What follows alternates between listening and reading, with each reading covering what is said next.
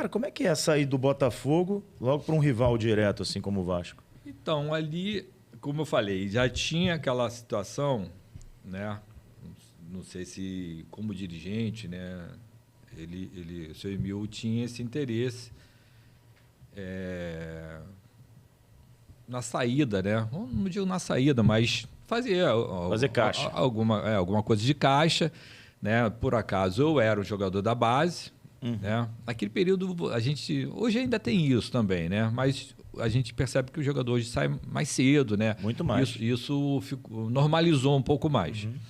Naquele período não, né? O jogador já começava ali, praticamente teria que encerrar a carreira ali no clube, né? Ou mesmo assim, um jogador que se destacava, né? Que tivesse uma história dentro do clube, né? Foi assim com o Mendonça. O Mendonça só saiu depois, né, de muita luta, acabou a torcida mesmo pressionando, né, por ele não ter conquistado o título, né? Enfim, ele acabou saindo, né? Assim, chateado, né? Não digo com mágoa, mas chateado. Claro. E aquilo também passava, né? A gente já vem da história do Nilton Santos, que começou e terminou a carreira dentro do Botafogo, só jogou. Então, tudo isso, para quem se envolvia com o clube, que era o meu caso, né, com a história do clube, aquilo para mim era importante. Então, quando se deu, quando em 88, que eu vi que o Botafogo estava justamente naquelas incertezas, né, de campanha, de time, né? Aí sempre contrata um, contrata outro, né? O Botafogo estava sempre contratando, sempre renovando ali, tentando achar um time que chegasse. Eu falei, agora chegou a minha hora. E aí, enfim, eu fui pro Vasco, né? Quer dizer, foi uma negociação difícil? Não foi porque, assim, eu lembro que aquele futebol de fim de ano, o Paulo Gione era o supervisor do Vasco e eu fui num desses jogos.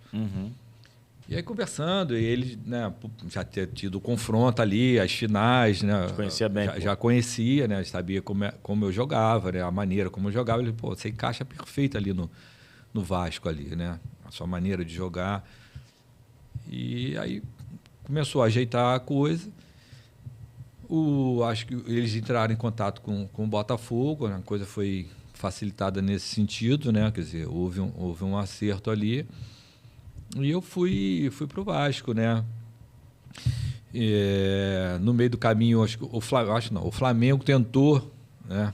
Até o Rodrigo Paiva, ele na época era do Remo, do Flamengo, né? Então tinha muito contato com o Márcio Braga. Ele, mas eu tinha uma aproximação legal com ele, por causa do Brasília, eles eram amigos, né? Brasília, zagueiro do Botafogo. E ele falou, vem pro Flamengo, aquela coisa toda, vou te levar lá no country, lá, que o Márcio Braga não sai de lá em Ipanema, aquela coisa toda. Aí cheguei lá e tal, mas eu falei, cara, eu já dei a palavra pro Eurico. Eu vou honrar minha palavra. Tanto é que eu demorei um pouco a chegar a São Januário, no dia de assinar o contrato, né? Até a Força Jovem estava lá, era o Antônio, na época, o chefe da Força Jovem. Demorei um pouco, aí parece que lá no Vasco teve será que... Atravessaram o negócio. Eu falei, não. E o André Cardoso, na época, era o meu agente ali, né? Naquela época não tinha, né? Porque o André era, na verdade, primo do meu cunhado. Então, ele, como estava nesse meio, foi ele que participou da saída do Giovani, da negociação, da renovação do Giovani, do Romário também. Então, ele ajudou nessa transição aí de Botafogo pro Vasco, né? Ele também tinha muito contato lá no Vasco. E sair do Botafogo pro Flamengo ia ser diferente de sair do Botafogo pro Vasco. Também. E, enfim, eu falei, não, eu vou pro Vasco. Eu dei a palavra pro Dr. Eurico, né? Falei, não vou... E aí eu fui para lá, assim que cheguei, fui muito bem recebido, né? O Bebeto estava lá, Bebetinho, desculpa. Bebetinho estava lá e me recebeu também, aí fui lá para a sala. Aí foi, assim... E eu estava indo para um time muito forte também, né? Entendeu? Eu falei assim, eu acredito que dentro do Vasco, dentro dessa equipe, eu possa evoluir mais, né? E pensar em outras coisas, que justamente chegar a uma seleção brasileira, né? Acabou acontecendo dentro do Vasco.